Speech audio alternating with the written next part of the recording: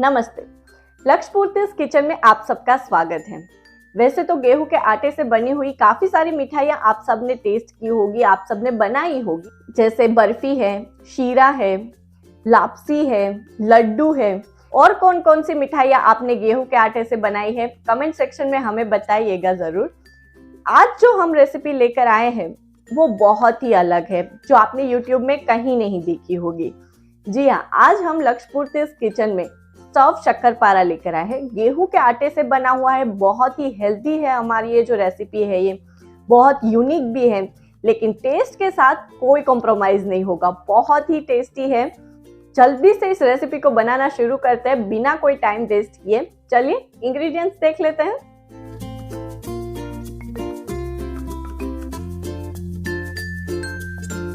Stuff shakarpara बनाने के लिए सबसे पहले हम गेहूं का आटा ले लेंगे, 1 बोल। नॉर्मली आटा लिया है मैंने, जो हम रोटियां बनाने के लिए लेते हैं वही वाला। उसमें डाल देना है चुटकी भर नमक और 1.5 से 2 चम्मच जितना ऑयल। नमक हमें इसलिए डालना है क्योंकि ये इसका टेस्ट इन्हांस करेगा। इतना ज़्यादा भी नहीं डालना है कि नमक का टेस्ट आए, बस थोड़ा सा ही, 1 चुटकी भर ही डालना है। और आगे इसमें पानी डालते हुए एक कड़क डो बना लेना है। डो हमें थोड़ा हार्ड बनाना है, रोटी जितना सॉफ्ट नहीं बनाना है। भाकरी वाला जो डो बनाते हैं वैसा वाला बनाना है। इसके ऊपर थोड़ा सा ऑयल डाल के इसे अच्छे से गूंद लेंगे और रेस्ट के लिए 5 से 10 मिनट के लिए साइड में रख देंगे। जब तक हमारा डो हमने रेस्ट के लिए रखा है, हम स्टफिंग की तैयारियां कर लेंगे। और जिसके लिए मैंने कुछ ड्राई फ्रूट्स लिए हैं और उसे रफली चॉप कर लूँगी। सबसे पहले मैंने लिए है काजू, उसे रफली चॉप करके मैं एक प्लेट में निकाल लूँगी और फिर पिस्ता को चॉप कर लूँगी। हमें ज़्यादा ड्राई फ्रूट नहीं लेने, कुछ 8 से 10 नंग हम काजू लेंगे, थोड़े से पिस्ता लेंगे और 10-12 नंग हम बादाम के ले लेंगे। पिस्ता चॉप हो चुके हैं, उसे भी एक प्लेट में निकाल लेंगे और बादाम को रफली चॉप कर लेंगे। बादाम भी हमने चॉप कर लिए हैं, इसे भी एक प्लेट में ले लेना है। ये स्टफिंग के लिए हमारे ड्राई फ्रूट तैयार हो चुके हैं। अब हम एक पैन ले लेंगे और उसमें छोटी कटोरी सूजी ले लेंगे। आप मानकर चलिए 2 से 3 चम्मच, और उसे हमें ड्राई रोस्ट कर लेना है। घी, ऑयल कुछ भी नहीं डालना है, बस ड्राई रोस्ट कर लेना है जब तक उसका थोड़ा सा कलर चेंज हो जाए, लाइट पिंक हो जाए तब तक।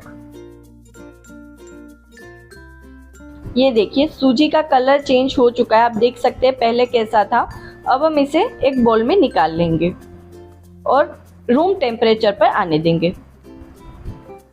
उसी पैन में हम ड्राई फ्रूट्स को रोस्ट कर लेंगे। सबसे पहले हम बादाम ले लेंगे और उसे 1-2 मिनट के लिए ड्राई रोस्ट कर लेना है। उसके बाद हम उसी में साथ में काजू ले लेंगे और उसे भी साथ में 1-2 मिनट के लिए रोस्ट कर लेना है। ज़्यादा रोस्ट नहीं करना है वरना नीचे से जल जाएगा ये। अब इसमें डाल देंगे पिस्ता। सभी ड्राई फ्रूट्स को अच्छे से हमने रोस्ट कर लेना है।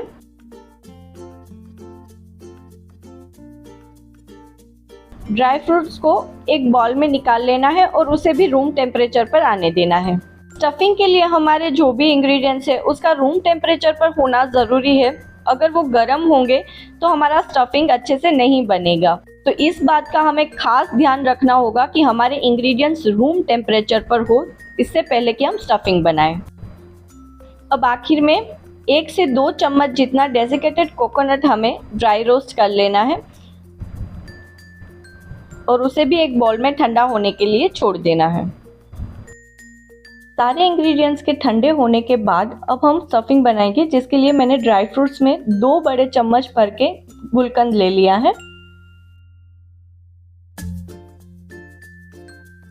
उसमें ऐड कर देंगे हमारी ड्राई रोस्ट की हुई सूजी और ड्राई रोस्ट किया हुआ डेसिकेटेड कोकोनट, और इन सबको अच्छे से मिक्स कर देंगे। यहाँ पर अगर हमारे ड्राई फ्रूट, सूजी और कोकोनट गर्म होंगे तो हमारा जो गुलकंद है वो पिघलेगा और उसमें से पानी निकलेगा, जो हमारा स्टफिंग पूरी तरह से खराब कर देगा। इसलिए सारी चीज़ों का रूम टेम्परेचर पर होना बहुत ज़रूरी है। स्टफिंग की कंसिस्टेंसी ऐसी होनी चाहिए कि हमें थोड़ा सा बाइंडिंग मिले। अगर आपको लग रहा है कि आपका स्टफिंग सूखा है तो आप इसमें थोड़ा सा गुलकंद और ऐड करके कंसिस्टेंसी को एडजस्ट कर सकते हैं। अब हम हमारी चाशनी तैयार कर लेंगे, जिसके लिए मैंने एक पैन में हाफ कप जितना चीनी ले लिया है और हमारी चीनी जितनी डूबती है उतना पानी ले लेना है।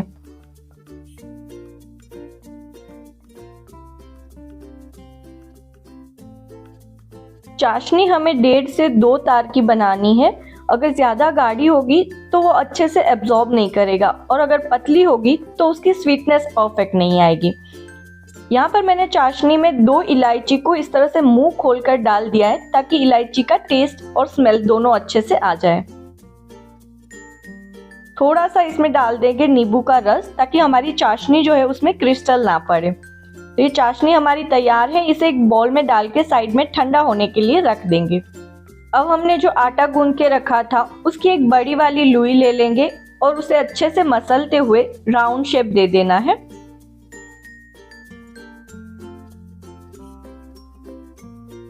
और इसे बेल लेना है।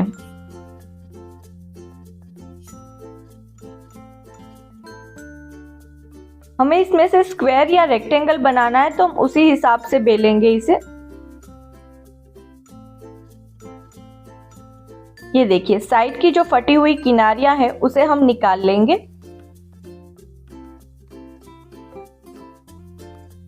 और इसे फिर से बेलकर अच्छे से पतला बना लेंगे। ज्यादा पतला नहीं बनाना है वरना स्टफिंग डालते वक्त ये फट जाएगा। अब इसके छोटे छोटे रेक्टेंगल शेप बना लेंगे हम। स्क्वायर नहीं बनाना है, रेक्टेंगल शेप बनाना है, याद रखिएगा। और जो हमने स्टफिंग तैयार किया था वो हमारे रेक्टेंगल शेप की एक साइड पे रखेंगे हम।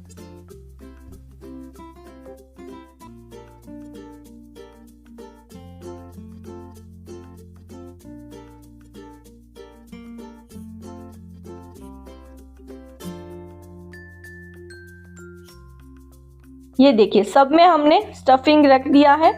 अब हम इसे पैक करेंगे। ऊपर की साइड से इस तरफ से नीचे लेते हुए पहले हम ओपन साइड जो है उसे अच्छे से पैक कर देंगे और फिर बाकी की साइड से भी अच्छे से प्रेस करते हुए पैक कर लेना है। एक साइड से पैक होगा फिर भी वहां से प्रेस करते हुए हम इसे पैक कर लेंगे। अगर आपको लगे कि स्टफिंग थोड़ा ज्यादा है तो थोड़ा सा निकाल लीजिए और अच्छे से पैक कर लीजिए। ये फटना नहीं चाहिए इसलिए हम इसे अच्छे से प्रेस करके पैक करेंगे।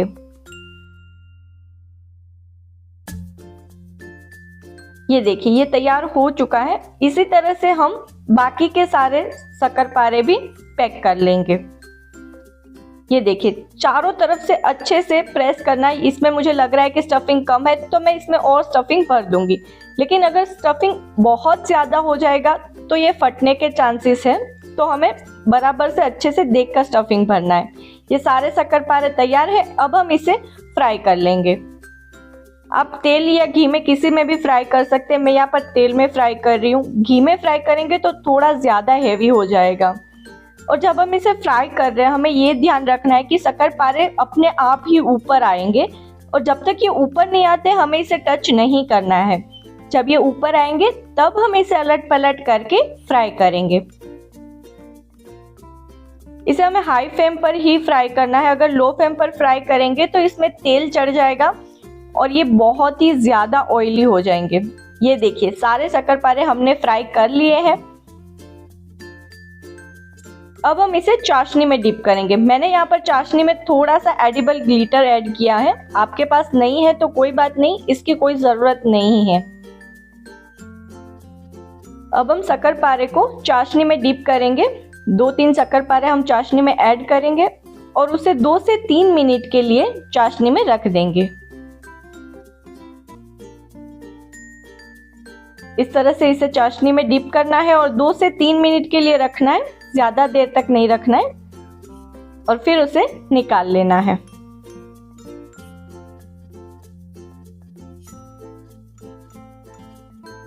इसी तरह से हमें सारे शक्करपारे को चाशनी में डिप करना है, 2 से 3 मिनट रखना है और फिर निकाल लेना है।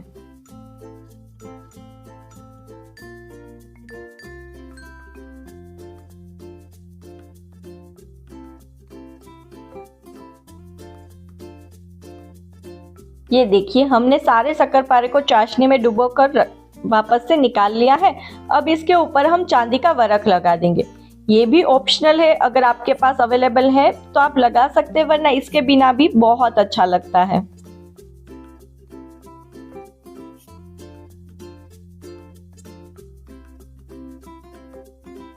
अब हम इन शक्करपारों को सर्व कर देंगे।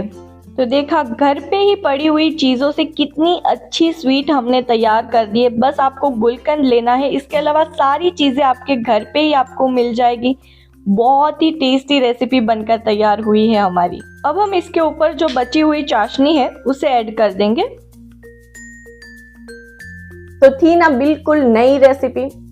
कैसी लगी ये कमेंट सेक्शन में बताना बिल्कुल मत भूलिएगा। आपके कमेंट्स हमारे लिए बहुत ज्यादा इंपॉर्टेंट है। और अगर चैनल पर नए हैं तो चैनल को सब्सक्राइब जरूर से कर दीजिएगा। ऐसी ही नई रेसिपीज के लिए बेल आइकन को दबा दीजिए ताकि नोटिफिकेशन सबसे पहले आप ही को मिले। तो चलिए अगले मंगलवार को मिलेंगे ऐसी ही नई और हेल्दी रेसिपी के साथ। तब तक के लिए जय श्री राम।